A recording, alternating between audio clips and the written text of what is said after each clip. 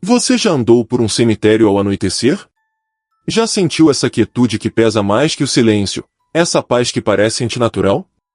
Nos ensinaram que os cemitérios são lugares de descanso.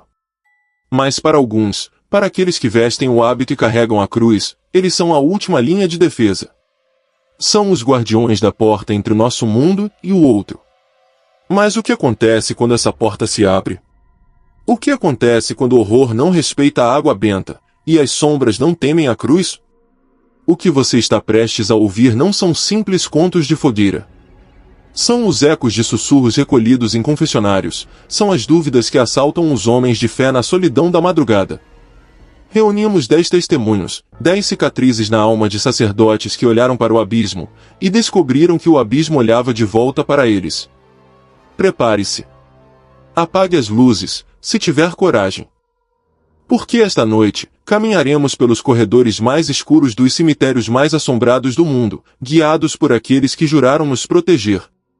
História 1. O rezo que se ouvia em latim no Novo México, Estados Unidos. O deserto do Novo México é um lugar de extremos. O sol castiga a terra rachada com uma fúria implacável, e a noite traz um frio que parece vir diretamente das estrelas, tão claras e distantes que parecem lascas de gelo. No meio desta vasta e solitária extensão de adobe e areia, encontra-se a missão de San Ezequiel, um posto avançado da fé que resistiu a tempestades de poeira e séculos de esquecimento.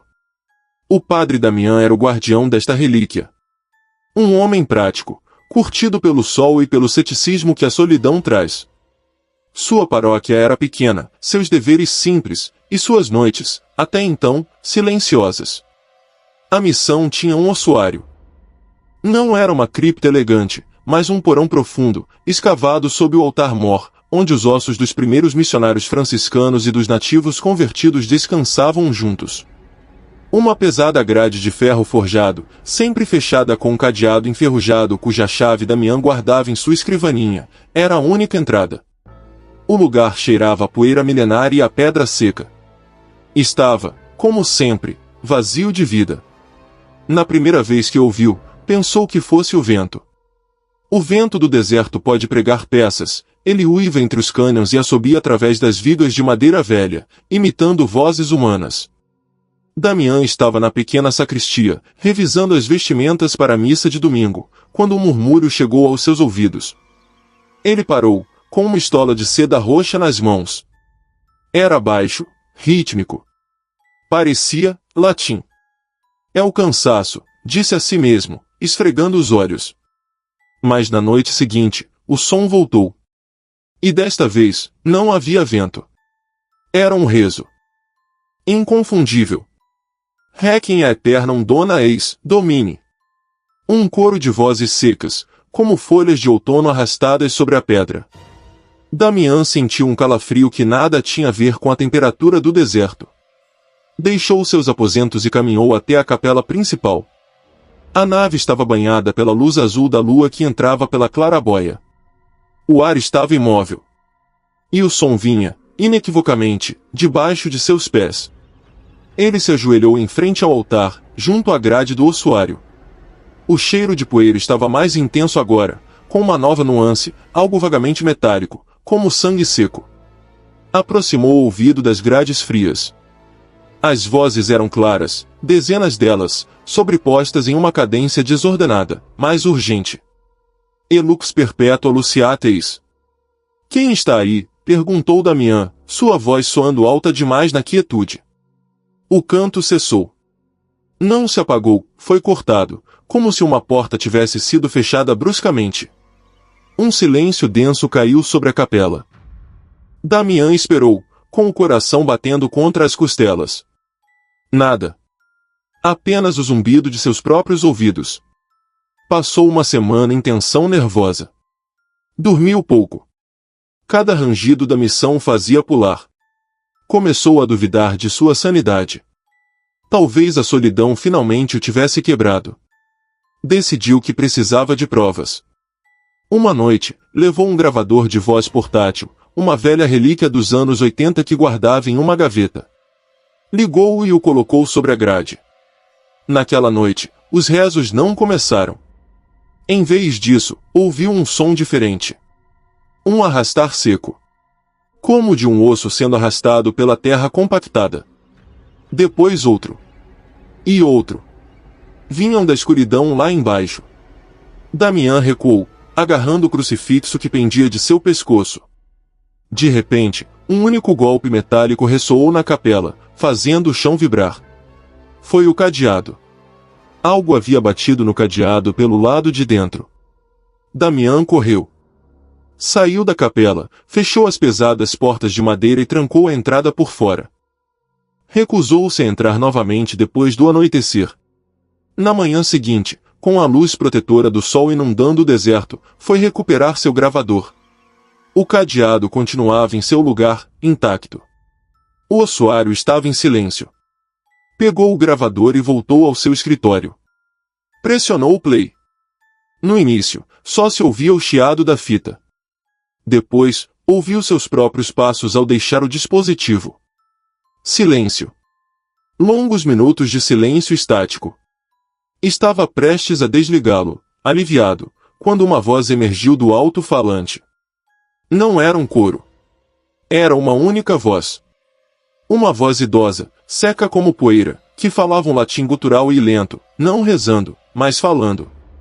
Dizia uma única frase, repetidamente, clavis. Damihi clavem. O padre Damião não falava latim fluentemente, mas entendeu aquelas palavras. Procurou a chave em sua escrivaninha. A pesada peça de ferro negro estava lá. A voz no gravador repetia, a chave. Dê-me a chave. Enquanto ouvia, paralisado, a voz no gravador mudou. Parou de pedir a chave e disse algo novo, algo que gelou o sangue nas veias do sacerdote. Damianus. Disse o nome dele. O padre Damião solicitou sua transferência naquela mesma semana. Deixou a missão de São Ezequiel, mas a missão nunca o deixou. O gravador foi destruído, mas o som daquela voz, chamando da tumba, ressoa em seus pesadelos. O ossuário continua fechado. A nova sacerdote informa que a capela é tranquila, embora às vezes, ela diz, o velho cadeado da grade apareça coberto de arranhões frescos pela manhã. Arranhões que vêm de baixo. Você sentiu o terror do padre Damião? Consegue imaginar o som dessas vozes secas chamando por você na escuridão? Se esta história arrepiou sua pele, demonstre. Clique em gostei. Se ainda não o fez, inscreva-se no canal para não perder as sombras que espreitam em nossa próxima história. História 2. O menino que pedia água em Morelos, México. O Panteão Municipal de Yautepec, em Morelos, é um lugar vibrante durante o Dia dos Mortos. As tumbas se cobrem de cempasúchil, o ar cheira a copal e as famílias comem e riem, celebrando a memória. Mas no resto do ano, especialmente sob o sol esmagador da estação seca, o cemitério é um lugar de quietude e calor sufocante. O padre Anselmo, um homem de ombros caídos e olhar cansado, conhecia bem essa quietude. Havia dado a extrema-unção à metade das pessoas enterradas ali. Havia uma seção do cemitério que a maioria evitava. A parte velha.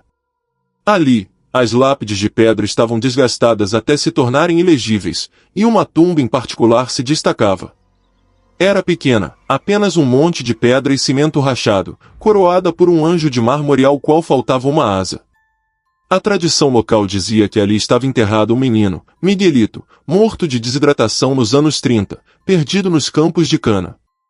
O padre Anselmo não dava muito crédito às superstições locais. Sua fé se baseava na escritura, não nos murmúrios. Mas os coveiros, homens curtidos, se recusavam a trabalhar perto daquela tumba depois das 3 da tarde. O menino está com sede, padrezinho, diziam-lhe, baixando o olhar. Uma tarde de maio, o calor era tão denso que parecia uma parede sólida. O céu era de um branco leitoso e não corria nenhuma brisa. Anselmo estava pegando um atalho através da seção velha para chegar a uma missa de aniversário. Estava sozinho. O único som era o de seus sapatos sobre o cascalho seco. Ao passar pela tumba do anjo quebrado, ele ouviu: "Estou com sede." Anselmo parou abruptamente. A voz era fina, infantil. Um sussurro agudo, como de uma criança com a garganta seca. Olhou ao redor. Não havia ninguém. O panteão estava deserto, seus muros altos bloqueando a vista da rua. Olá, chamou, sentindo-se um idiota. Água, por favor. O som vinha da tumba. Diretamente da lápide de pedra. O padre Anselmo sentiu que o suor em sua testa se tornava frio. Aproximou-se com cautela. A tumba estava selada. O cimento, embora rachado, não era perturbado há décadas. Não havia nenhum lugar onde uma criança pudesse se esconder. Isto é uma armadilha do inimigo, murmurou, apertando seu rosário. Começou a rezar o Pai Nosso em voz alta. A vozinha interrompeu sua oração. Não. Sem reza. Água. O tom já não era de súplica, mas de exigência. Anselmo recuou. Correu, quase tropeçando, para fora do cemitério. Naquela noite, atribuiu a experiência ao calor, a uma insolação. Convenceu-se de que havia imaginado a voz. Mas os visitantes começaram a relatar o mesmo. Turistas que tiravam fotos, famílias que limpavam tumbas próximas. Todos ouviam o mesmo, um menino pedindo água. O pânico começou a se espalhar. As pessoas deixavam copos de plástico com água sobre a tumba, mas no dia seguinte, os copos estavam vazios e a terra ao redor da tumba estava encharcada, como se a água tivesse sido derramada. Anselmo decidiu que devia agir. Se era uma alma penada, precisava de descanso. Se era uma farsa, precisava ser exposta. Ele levou seu aspersório e um caldeirão de água benta numa tarde, bem quando o sol começava a baixar. Em nome de Cristo, se você é uma alma que busca a luz, fale, disse, borrifando a tumba com a água benta. Quando as gotas tocaram a pedra, um assobio agudo, como água sobre ferro em brasa, encheu o ar.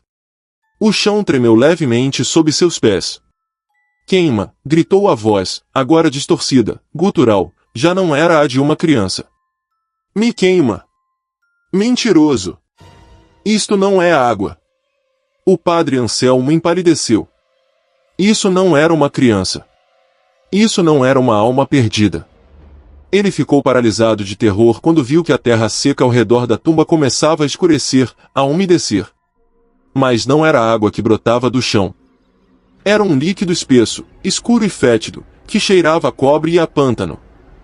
O líquido borbulhava e se espalhava, rodeando a tumba em um círculo perfeito, bloqueando sua retirada. Você tem água, sibilou a voz desde a tumba, e o anjo de pedra virou lentamente a cabeça em sua direção, suas órbitas vazias parecendo fixar-se no caldeirão de prata que o sacerdote segurava. Dê-me. Anselmo jogou todo o conteúdo do caldeirão sobre a figura. Houve um grito inumano que pareceu rasgar o ar. O anjo de pedra rachou, e o líquido escuro no chão recuou como uma serpente assustada, afundando de novo na terra. O silêncio que se seguiu foi absoluto. O padre Anselmo nunca mais passou por aquela sessão. Fez com que os coveiros construíssem um pequeno muro de tijolos ao redor da tumba de Miguelito, supostamente para preservá-la. Mas os trabalhadores sabiam a verdade. Era para contê-la. Os visitantes não ouvem mais o menino pedir água. Mas às vezes, nos dias mais quentes do verão, quando o sol está em seu ponto mais alto, aqueles que passam perto do muro juram sentir um fedor insuportável de pântano e ouvir um fraco som de arranhado, como de alguém tentando cavar para sair, vindo de dentro. O calor de Morelos pode ser sufocante, mas nada seca mais a garganta do que o medo puro. Você conseguiu sentir a sede daquela tumba? Se esta história te deixou sem fôlego, deixe seu gostei agora mesmo. E se você quer continuar explorando os lugares mais escuros conosco, garanta que está inscrito. O que vem a seguir é o som do próprio inferno. História 3. O cortejo fúnebre invisível em Burgos, Espanha. A abadia de Santo Domingo de Silos, perto de Burgos, não é famosa apenas por seus cantos gregorianos. Seus alicerces são antigos, cravados na terra castelhana que viu reis visigodos, invasões mouras e a Reconquista. Frei Lorenzo era o arquivista da abadia, um monge beneditino cuja vida transcorria entre o pergaminho quebradiço e o incenso. Seu mundo era de silêncio, ordem e oração. O cemitério da abadia era seu lugar favorito para a meditação vespertina. Um claustro de pedra cercado de ciprestes, onde os monges haviam sido enterrados por 1000 anos. A quietude era absoluta, quebrada apenas pelo canto de algum melro. Uma noite de novembro, enquanto a névoa fria se agarrava ao chão, Lorenzo estava rezando o rosário, caminhando pela trilha central. Passava das 9, a abadia estava fechada, os outros monges em suas celas. Foi então que ouviu os passos. Não eram os seus. Eram passos pesados, lentos, rítmicos. Soavam sobre o cascalho da trilha, mas vinham de trás dele. O mais estranho era o número. Não eram 2 pés, nem 4. Eram dezenas. Um caminhar organizado, sincronizado. Um cortejo. Lorenzo se virou. A trilha estava vazia. A névoa se enrolava preguiçosamente entre as lápides, mas não havia ninguém. O som não parou. Continuou avançando em sua direção. Ele podia ouvir o ranger do cascalho sob botas pesadas, o roçar de túnicas grossas. E então, um som novo, o rangido rítmico de madeira sob tensão, como de carregadores levando um caixão pesado. O monge saiu do caminho instintivamente, pressionando as costas contra um cipreste frio e úmido. O som da procissão se aproximou. Sentiu uma rajada de ar frio passar ao seu lado, tão intensa que o fez bater os dentes. O ar se encheu de repente com um cheiro que ele conhecia bem, o cheiro de cera de abelha derretida e de lírios, o aroma tradicional de um velório monástico. O cortejo invisível passou por ele. Ele podia sentir a multidão, a opressão de corpos se movendo no ar. O som dos passos continuou pela trilha e parou em frente à parede mais antiga do cemitério, uma seção onde ninguém era enterrado há 300 anos. Houve um silêncio. Então, o som inequívoco de pás batendo na terra. Terra seca e compactada. Cavando. Frei Lorenzo, paralisado por um terror sagrado, não se moveu por quase 1 hora. Ouviu o trabalho rítmico, pá após pá, o som da terra se acumulando. Depois, o som de cordas se tensionando, o baque surdo de um caixão de madeira ao ser depositado. E, finalmente, o som da terra sendo devolvida, pá após pá, até que o último sussurro de cascalho caiu em seu lugar. Então, o silêncio retornou. O cheiro de cera e lírio se dissipou. O frio se retirou. Lorenzo fugiu para o scriptorium e não saiu até que o sol da manhã tocou os vitrais. Convenceu-se de que havia sido uma alucinação, um sonho acordado provocado pelo jejum e pelo frio. Mas naquela tarde, não conseguiu evitar. Levou uma pá de jardim ao local onde a procissão havia parado. A terra estava intacta. A grama rala e seca cobria o chão como sempre. Sentiu-se aliviado. Era sua imaginação. Ele cravou a pá no chão, apenas para ter certeza. A lâmina de metal bateu em algo duro a apenas alguns centímetros de profundidade. Não era rocha. Era madeira. Escavou freneticamente. Sob uma fina camada de terra, encontrou a tampa podre de um caixão que não deveria estar ali. Era um caixão de madeira de oliveira, de um estilo que não se usava desde a Idade Média. Mas a madeira, embora manchada, não estava tão podre quanto deveria. Parecia recente. Correu para buscar o abade. Trouxeram ferramentas. O que descobriram fez com que Frei Lorenzo solicitasse um retiro de silêncio de 6 meses. Dentro do caixão não havia um monge medieval. Havia um esqueleto vestido com um hábito beneditino moderno, idêntico ao que eles usavam. Nas mãos ossudas, segurava um crucifixo de prata. Frei Lorenzo reconheceu o crucifixo. Era o dele. O que ele estava usando naquele exato momento. Aterrorizado, tocou o peito. Seu crucifixo continuava ali. Olhou de novo para o caixão. As órbitas vazias do esqueleto pareciam encará-lo. E então, enquanto o abade começava uma oração trêmula, Frei Lorenzo viu algo impossível. No crânio, no lugar onde deveria estar a orelha, havia um pequeno tufo de cabelo escuro, idêntico ao seu. O cortejo fúnebre que ele havia escutado não era um eco do passado. Era uma premonição de seu próprio enterro, um enterro que ainda não havia ocorrido, em uma tumba que não deveria existir. Fecharam o caixão. Enterraram-no profundamente, desta vez com todos os ritos. Frei Lorenzo abandonou a abadia um mês depois. Dizem que ele vagou pela Espanha, um monge sem mosteiro, fugindo de um funeral que já havia sido ensaiado pelos mortos. Há silêncios que gritam, e há passos que ressoam além da tumba. Você conseguiu ouvir o cortejo de Frei Lorenzo? Se o medo fez olhar por cima do ombro, apoie este vídeo com um gostei. E se você tem coragem de nos seguir até a próxima tumba, inscreva-se agora. Você não vai querer andar sozinho na próxima história. História 4. A mão que tocou o ombro do padre na Califórnia, Estados Unidos. O cemitério de Holy Cross em Culver City, Califórnia, é um lugar de beleza cuidada. Colinas verdes, estátuas de mármore branco e o constante zumbido distante do tráfego de Los Angeles. É um lugar de descanso para estrelas de cinema e cidadãos comuns. O padre Michael era novo na paróquia adjacente. Um homem jovem, cheio de energia e uma fé otimista que ainda não havia sido posta à prova pela verdadeira escuridão. Seu predecessor, um sacerdote irlandês idoso, havia lhe dado um aviso enigmático ao entregar as chaves. Não fique na capela do mausoléu depois do pôr do sol, filho. As almas ali são inquietas. Não gostam de ser vigiadas. Michael sorriu, pensando que era a típica superstição da velha escola. Numa tarde de terça-feira, uma tempestade repentina varreu a cidade. A chuva caía aos cântaros e o céu ficou de um amarelo doentio. Michael havia sido chamado para dar os últimos ritos a um paroquiano no hospital e estava voltando tarde. Decidiu pegar um atalho através do mausoléu principal para evitar se encharcar.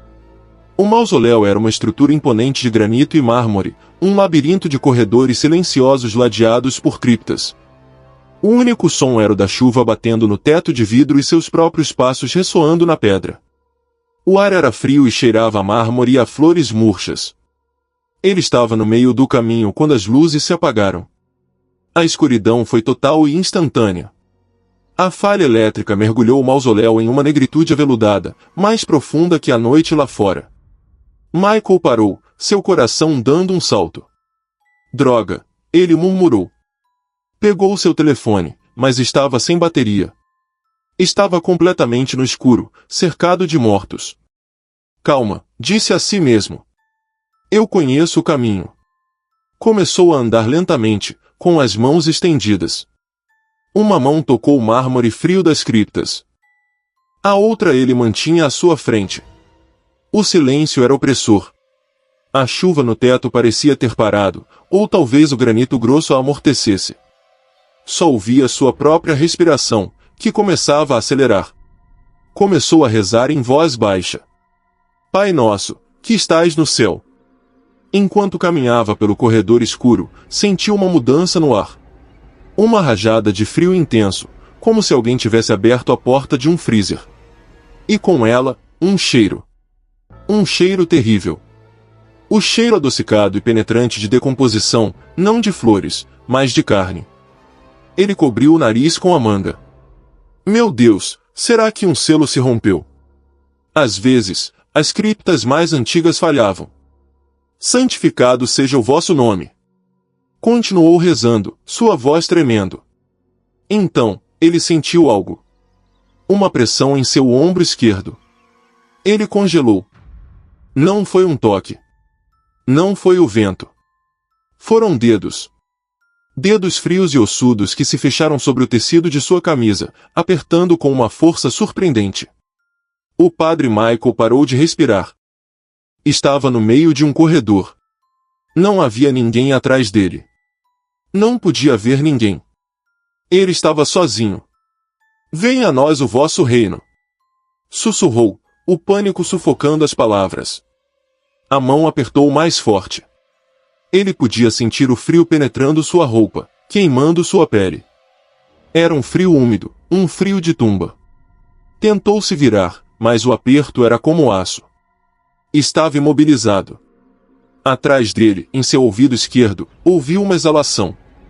Um suspiro úmido e dificultoso, como de pulmões cheios de líquido. E então, uma voz. Não era uma voz humana. Era um gorgolejo, um som gutural que tentava formar palavras. Não, reze por ele. O terror absoluto tomou conta de Michael. Isso não era uma alma perdida. Isso era algo que odiava a oração.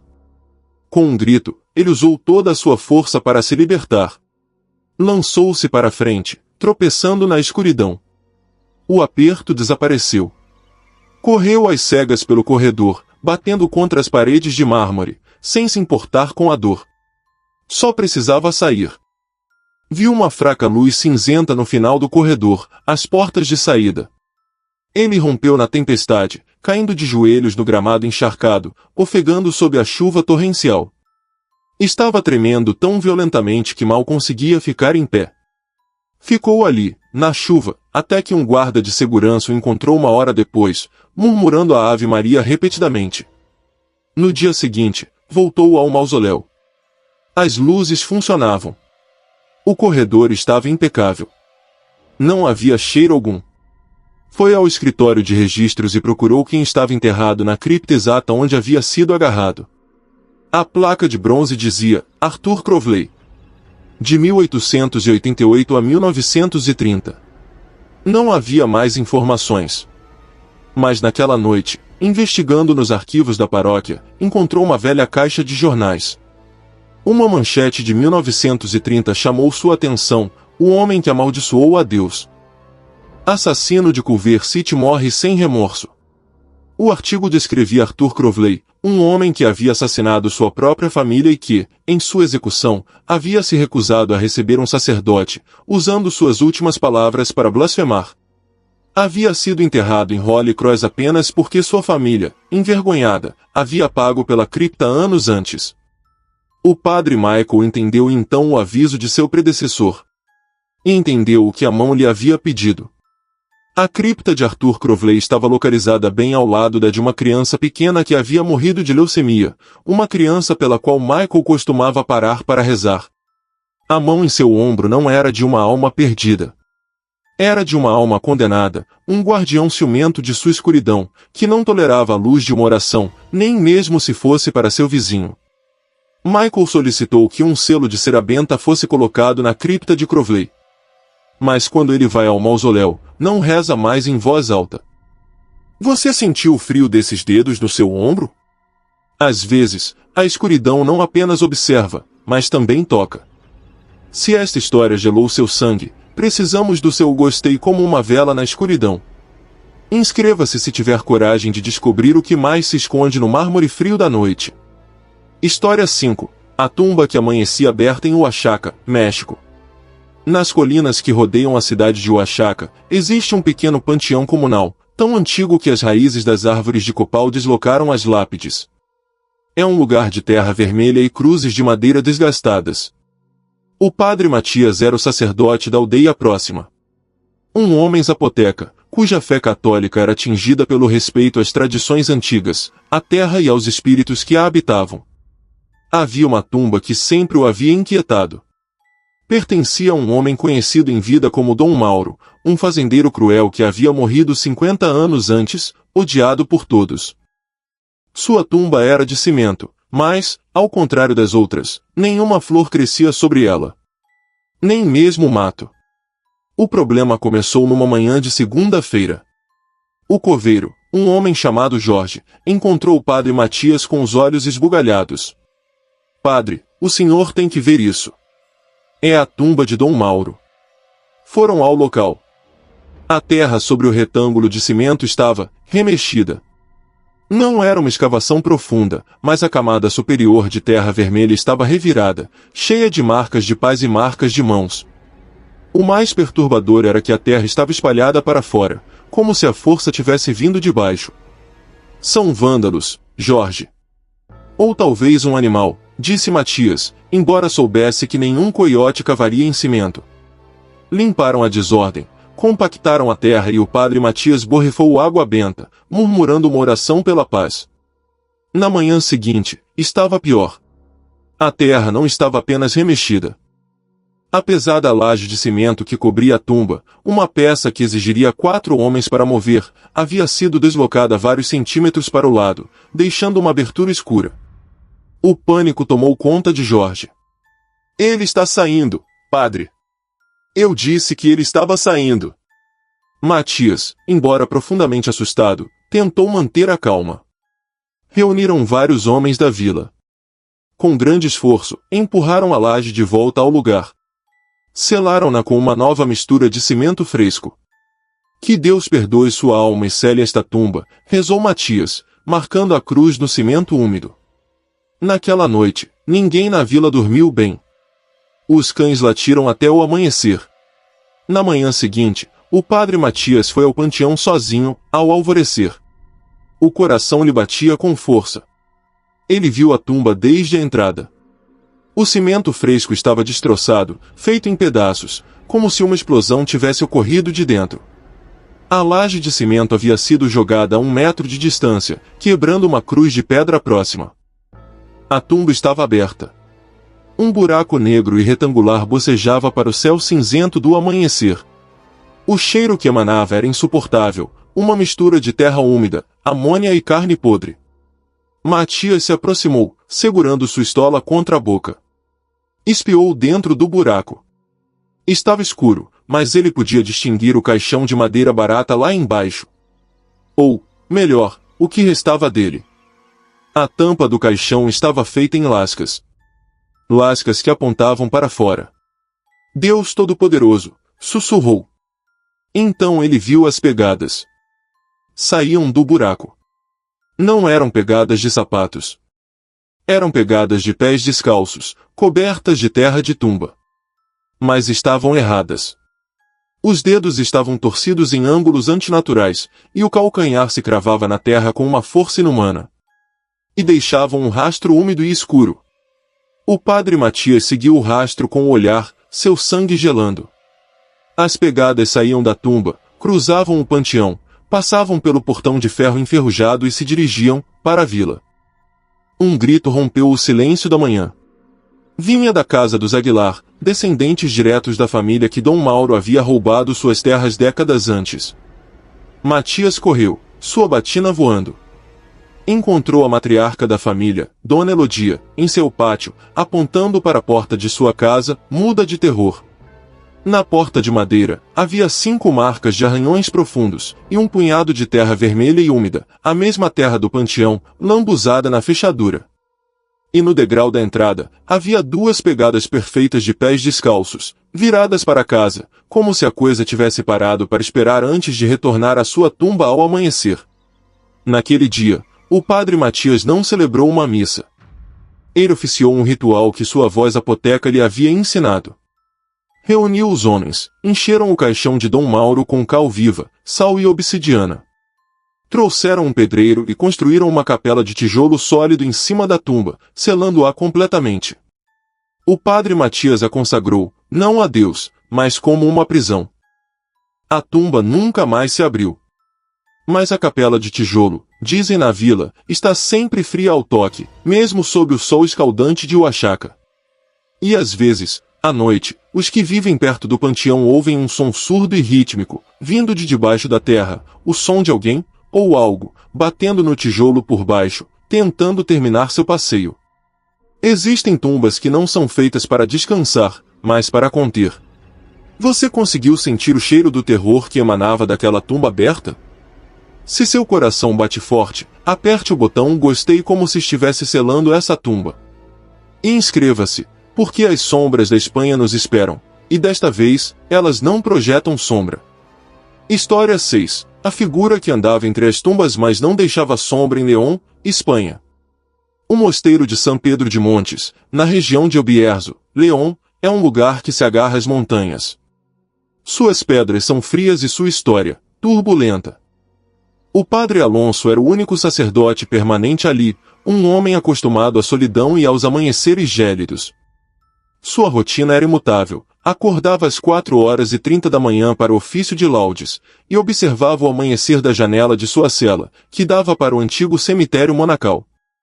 Era um cemitério humilde, com cruzes de ferro inclinadas pelo vento.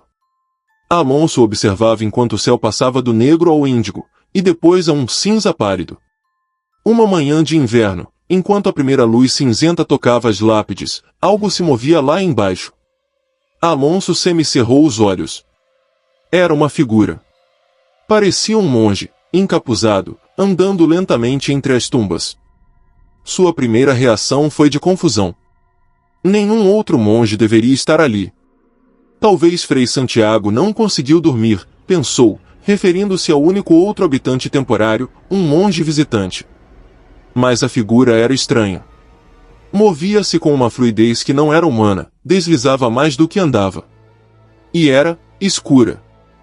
Mais escura que as sombras do amanhecer. Era de um negro absoluto, como um buraco no tecido da realidade.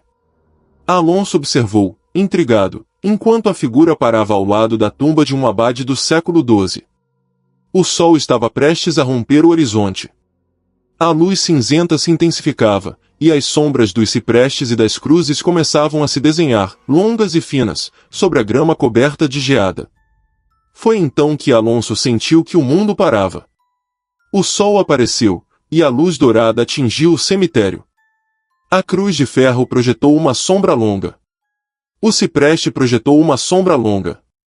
A figura encapuzada, que estava de pé em pleno sol, não projetava sombra alguma. O sacerdote ficou sem fôlego.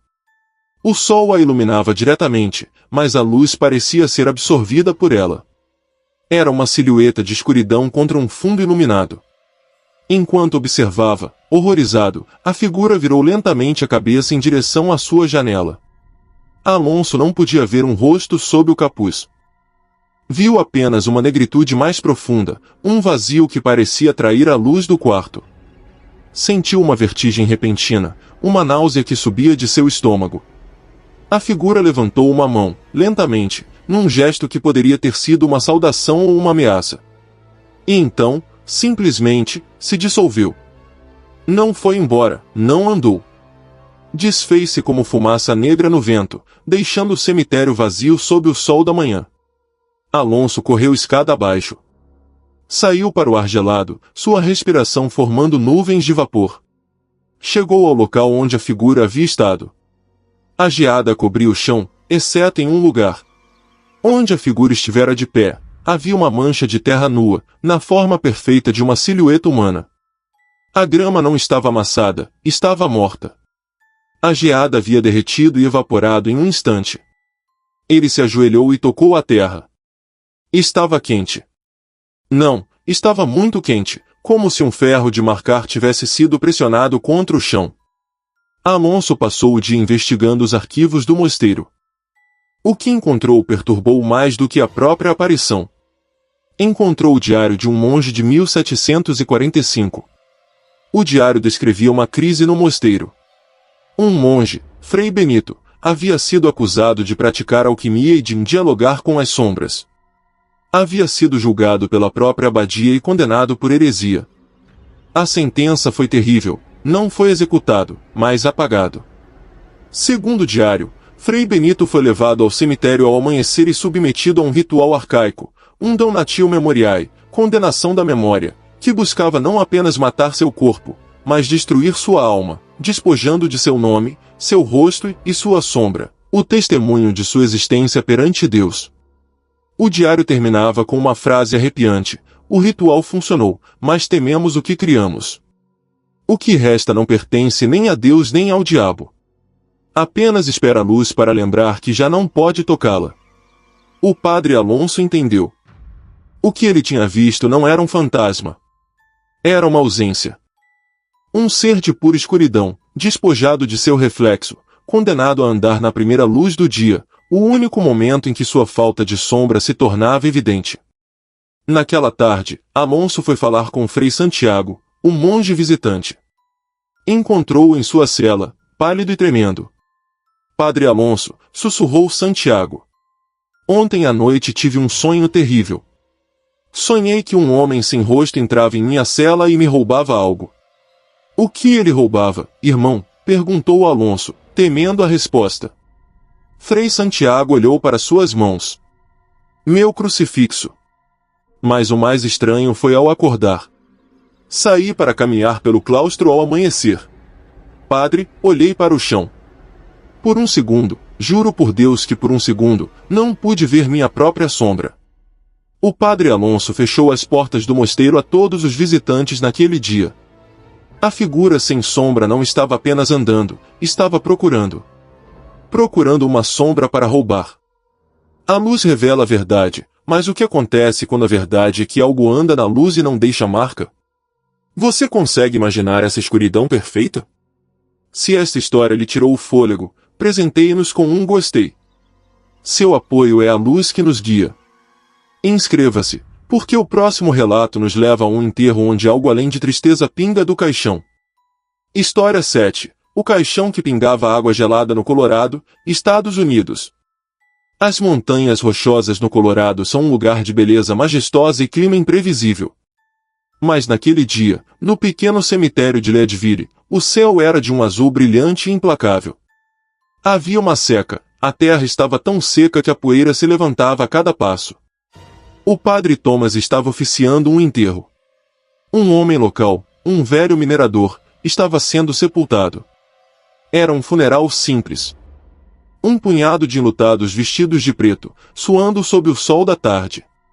O caixão, de pinho barato, estava colocado sobre o buraco recém-cavado. Thomas começou as orações finais.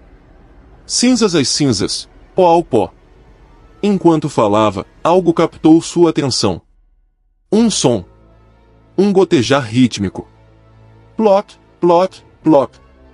Ele baixou o olhar.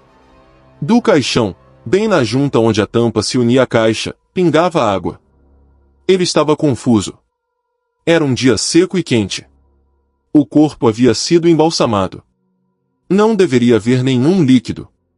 O gotejar continuou, formando uma poça escura na terra seca à beira da cova. Os enlutados também notaram. Olharam uns para os outros, desconfortáveis.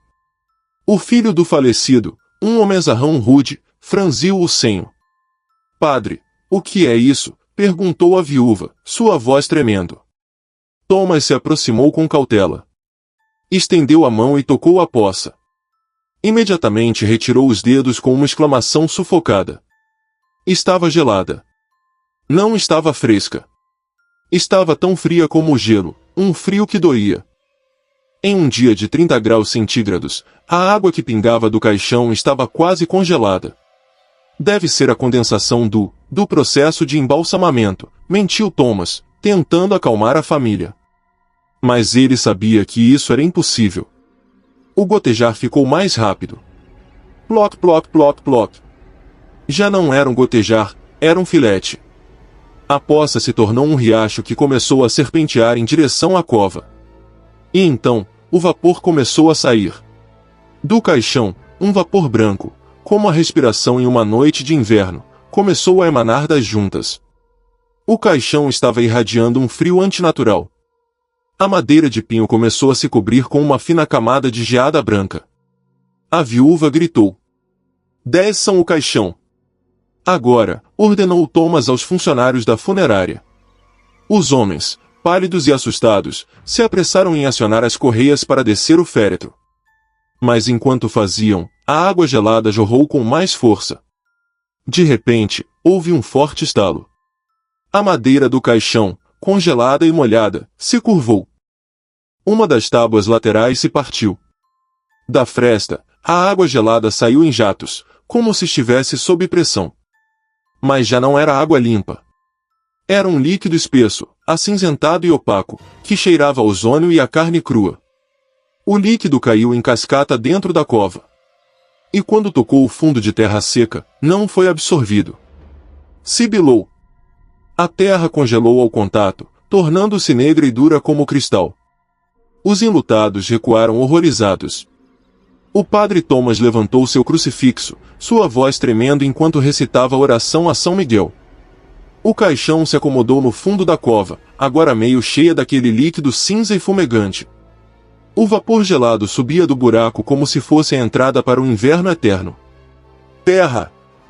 Joguem a terra! Gritou Thomas. Os coveiros, quebrando sua paralisia, começaram a jogar pás de terra seca sobre o caixão. Mas algo estranho acontecia. Cada pá de terra que atingia o líquido cinza congelava instantaneamente no ar, transformando-se em torrões duros como rochas antes de bater no féretro. Levaram 2 horas. 2 horas de luta contra aquele frio antinatural, jogando pás freneticamente até que a cova estivesse cheia e o vapor cessasse. Os enlutados haviam fugido há muito tempo. Só restaram Thomas e os 2 coveiros, cobertos de suor apesar do frio que haviam sentido.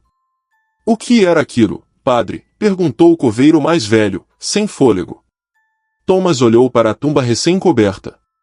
A terra em cima dela já estava dura, congelada, apesar do sol escaldante. Eu não sei, meu filho. Mas não era a alma daquele minerador.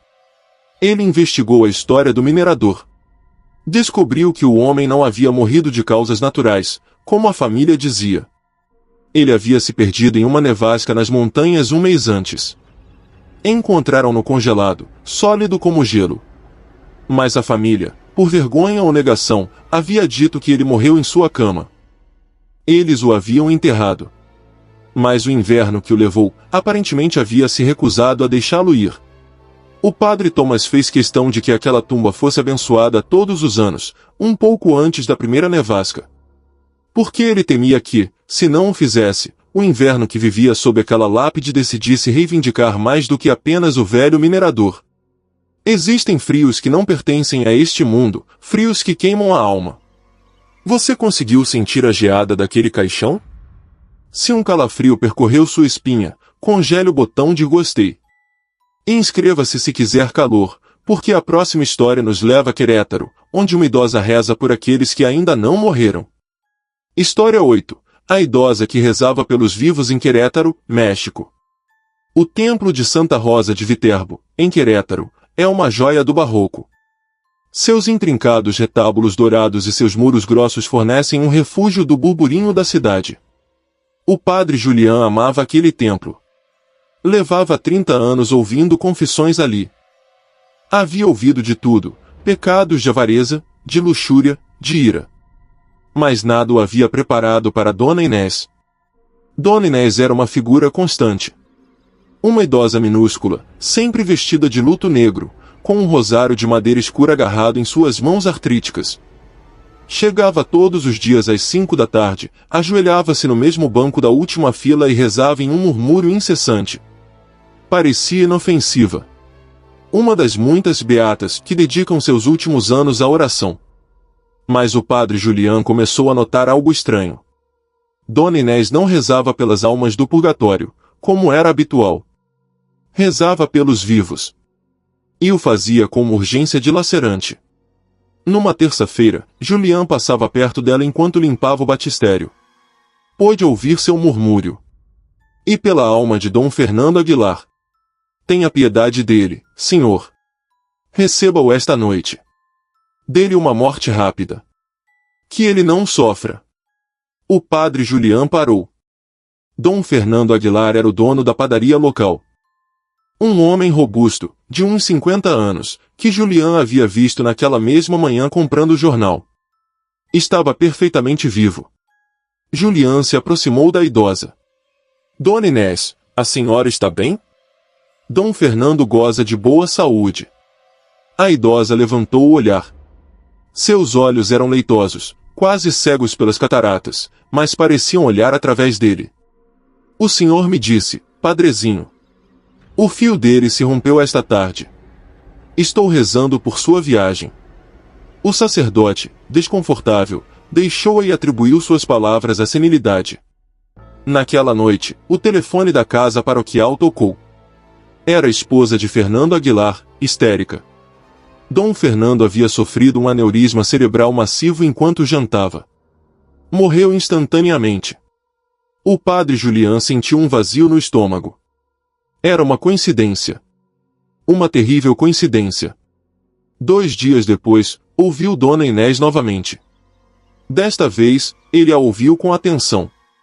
E pela pobre Clarita. Tão jovem. O carro virá rápido. Que ela não veja a luz, Senhor. Que seja instantâneo. Clarita era uma jovem universitária que cantava no coro. Julián sentiu pânico. Saiu correndo da igreja. Tentou ligar para a família de Clarita, mas não tinha um número. Passou uma hora frenética tentando localizá-la, sem sucesso. Na manhã seguinte, a notícia estava em todos os jornais. Um motorista bêbado havia ultrapassado um sinal vermelho e atingido em cheio o carro de Clarita. Morreu no local. Isso não era coincidência. O padre Julian confrontou Dona Inés naquela tarde. Esperou-a em seu banco. Como a senhora sabe, Inés? Como sabe quem vai morrer? A idosa não demonstrou surpresa. Continuou olhando para o altar-mor. Eles me dizem, padre. Os que estão esperando. Quem? Os anjos? Inés balançou a cabeça lentamente. Um sorriso quase imperceptível se desenhou em seus lábios rachados. Não. Os que estão no chão. Os que estão debaixo de nós. Julian olhou para o chão de mármore do templo. Sob seus pés estava a cripta principal, onde os benfeitores ricos da igreja haviam sido enterrados durante séculos. Eles ficam animados, continuou Inés, sua voz baixando para um sussurro conspiratório. Eles sabem quando alguém novo vai se juntar a eles. Eles sussurram os nomes para mim, para que eu possa preparar suas almas. É o meu trabalho. Rezo pelos vivos, antes que eles se juntem aos mortos. O padre Julian sentiu um terror profundo. Esta mulher não estava rezando pela salvação de suas almas. Estava rezando para confirmar sua morte. Era uma espécie de arauto. Inés, isso é blasfêmia. A senhora não pode saber a hora de Deus. Deve parar de fazer isso, disse Julian, sua voz mais aguda do que pretendia. Dona Inés virou o rosto para ele. Seus olhos leitosos pareciam escurecer. Não posso parar, padre. Eles não gostam de ser ignorados. Ficam impacientes. E o que acontece se eles ficarem impacientes, Inés? A idosa se inclinou para mais perto. Seu hálito cheirava a poeira e a terra úmida. A última vez que não rezei por um nome que me deram, o homem não morreu. Ele sofreu um acidente, mas sobreviveu. Ficou em coma. Isso é um milagre, exclamou Julian. Não, sibilou Inés. Eles se zangaram. Disseram-me que eu havia arruinado a ordem. Naquela noite, o homem em coma simplesmente desapareceu do hospital. Nunca encontraram o corpo. Mas no dia seguinte, o chão da cripta estava úmido. Julian recuou como se tivesse levado um tapa. Naquela tarde, o padre Julian sentou-se no confessionário, mas não conseguia se concentrar. Seu olhar estava fixo em Dona Inés, ajoelhada em seu banco habitual. A porta do confessionário se abriu. Era Inés. Entrou e se ajoelhou atrás da grade. Houve um longo silêncio. Diga seus pecados, filha, disse Julian, sua voz tremendo. Não vim me confessar, padre, sussurrou Inés. Vim rezar. Acabaram de me dar um novo nome. Um muito claro. O coração de Julian parou. Ele esperou. Rezo pela alma, começou a idosa, do padre Julian. O senhor o chama esta noite. Dizem que seu coração está cansado.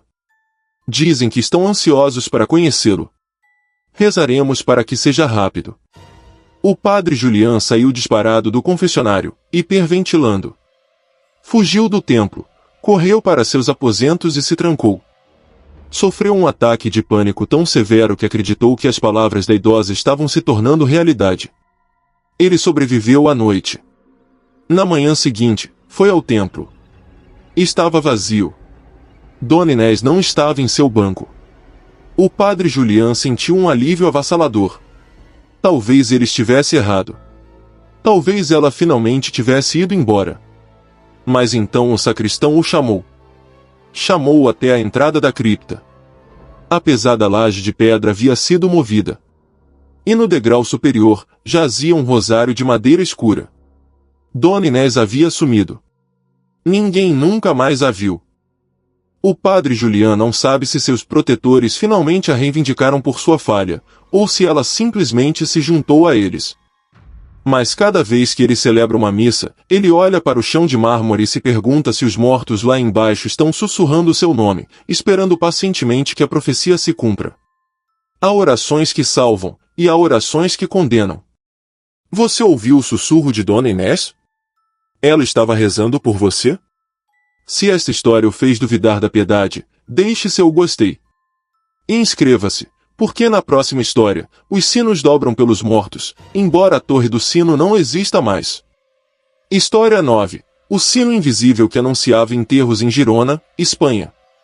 A cidade de Besalú, em Girona, é um labirinto medieval de pedra e sombras. Sua antiga ponte fortificada e suas ruas estreitas parecem saídas de outra era. O padre Martí era o pároco da igreja de São Vicente, um edifício românico que havia visto 1000 anos de história. Martí era um historiador amador, apaixonado pela antiguidade de sua igreja. Mas havia algo que o preocupava. O som de um sino. Veja bem, a torre do sino original de São Vicente havia desabado em 1654 durante um terremoto. Nunca foi reconstruída. Os sinos atuais estavam em uma sineira moderna na lateral do edifício. Soavam claros e agudos. O sino que o padre Martí ouvia era diferente. Ele o ouvia apenas à noite, geralmente um pouco antes de uma tempestade. Era um som profundo, um dom pesado e ressonante, um tom de bronze antigo que vibrava em seus ossos. Era um sino de luto. Na primeira vez, ele correu para fora, pensando que uma igreja vizinha estava tocando por um morto. Mas o som vinha de cima, do local exato onde a torre do sino havia desabado séculos antes. Um espaço de céu vazio. Os moradores mais velhos conheciam o som. A chamavam de La Dolorosa. Não anuncie os que morreram, padre, disse-lhe uma idosa. Anuncie os que vão morrer. Martí, um homem da era moderna, descartou isso como folclore. É um eco acústico, talvez o vento nas montanhas, dizia a si mesmo. Uma noite, enquanto trabalhava até tarde na reitoria, o som começou. Dom! Dom! Dom! Lento, fúnebre, implacável. O som era tão claro que fez vibrar o copo d'água em sua escrivaninha. Irritado, e um pouco assustado, decidiu encontrar a fonte. Saiu para a praça da igreja. A noite estava quieta, sem vento. O som enchia o ar, opressor. Olhou para o teto da igreja. Não havia nada. Dom! Aconteceu algo que quase o fez cair. Enquanto o sino invisível soava, ele viu um bando de corvos, que dormiam nas árvores próximas, acordar de repente e voar em círculos frenéticos sobre o telhado, grasnando como loucos, como se o som os estivesse machucando fisicamente. Dom! E então, tão rápido quanto começou, parou. Os corvos se acalmaram e voltaram para as árvores. O silêncio foi ensurdecedor. Na manhã seguinte, Martí recebeu uma ligação. O prefeito da cidade, um homem saudável de 60 anos, havia morrido de um ataque cardíaco durante a noite. O padre Martí sentiu um calafrio.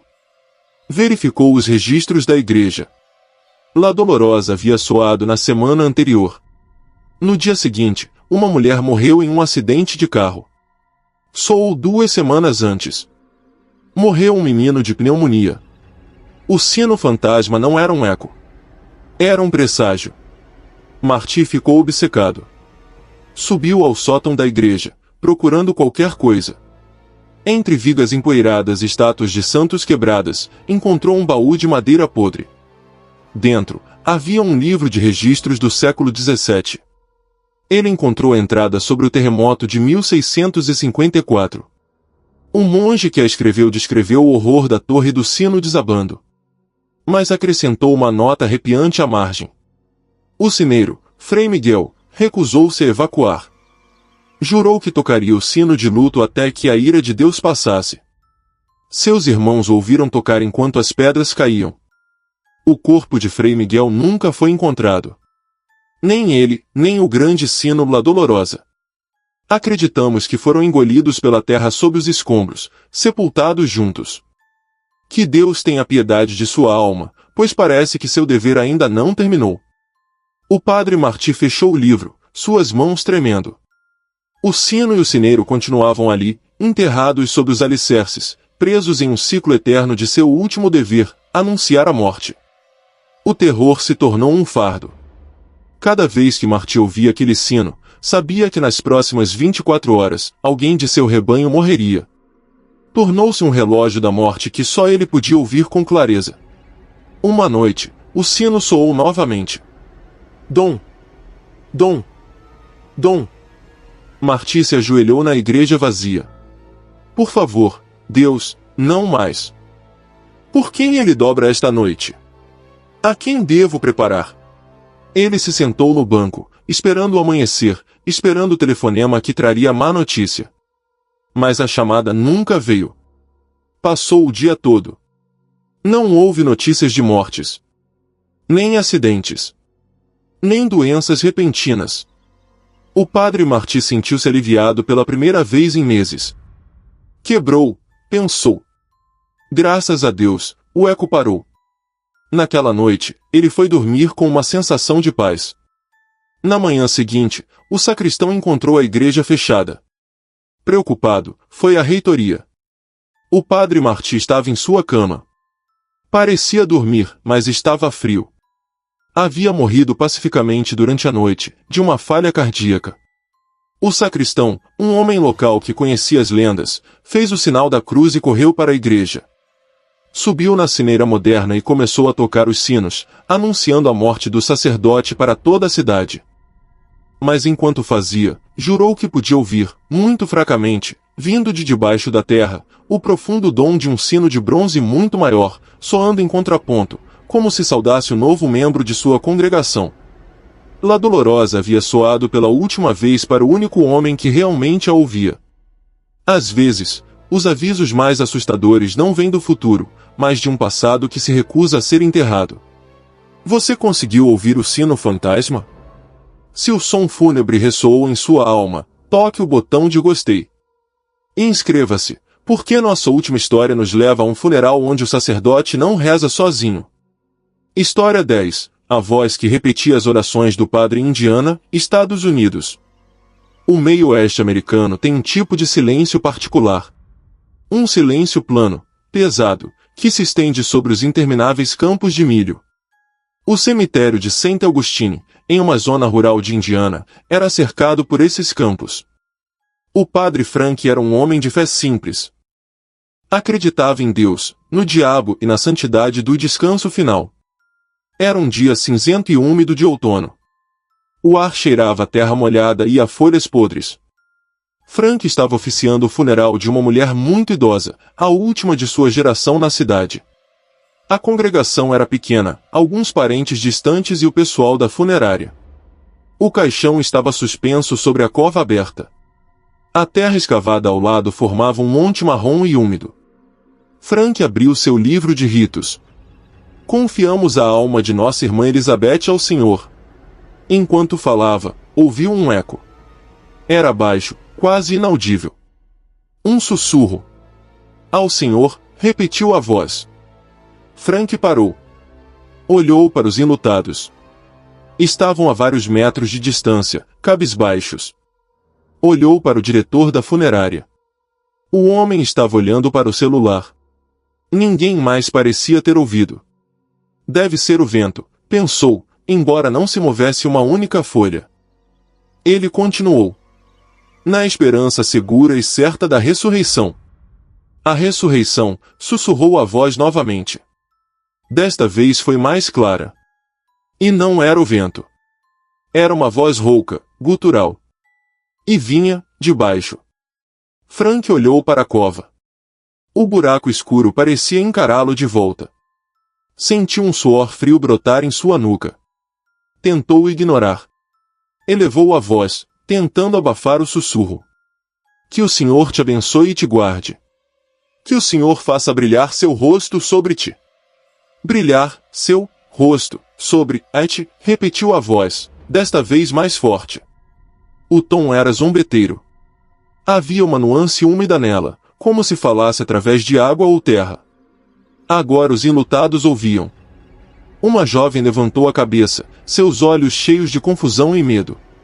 O que é isso? Ela sussurrou.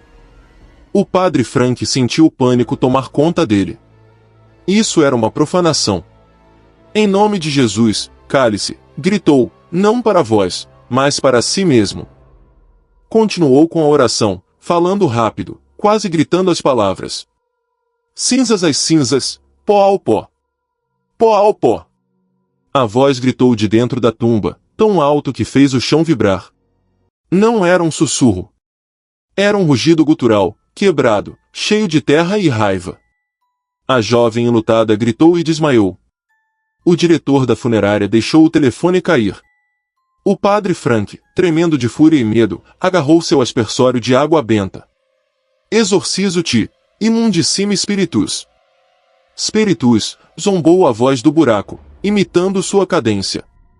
Frank borrifou a água benta na cova. Quando as gotas atingiram a escuridão, não houve silêncio. Houve um som de risada. Uma risada úmida, borbulhante, que parecia vir de múltiplas gargantas. O caixão de Elizabeth, que ainda estava pendurado nas correias, começou a tremer violentamente. 10 são. Selem a tumba, gritou Frank. Os funcionários da funerária, aterrorizados, soltaram as correias. O caixão caiu com um baque surdo no fundo da cova. Mas a voz não parou. Agora que o caixão estava embaixo, a voz mudou. Parou de repetir o sacerdote e começou a falar por si mesma. Tarde demais. Já é nossa. Mais uma. Mais uma para a coleção. Frank observou horrorizado enquanto a pilha de terra escavada ao lado da tumba começava a se mover. Não era um deslizamento de terra. Estava se arrastando. A terra úmida se movia por conta própria, como um enxame de insetos, caindo dentro da cova, cobrindo o caixão. Bem-vinda!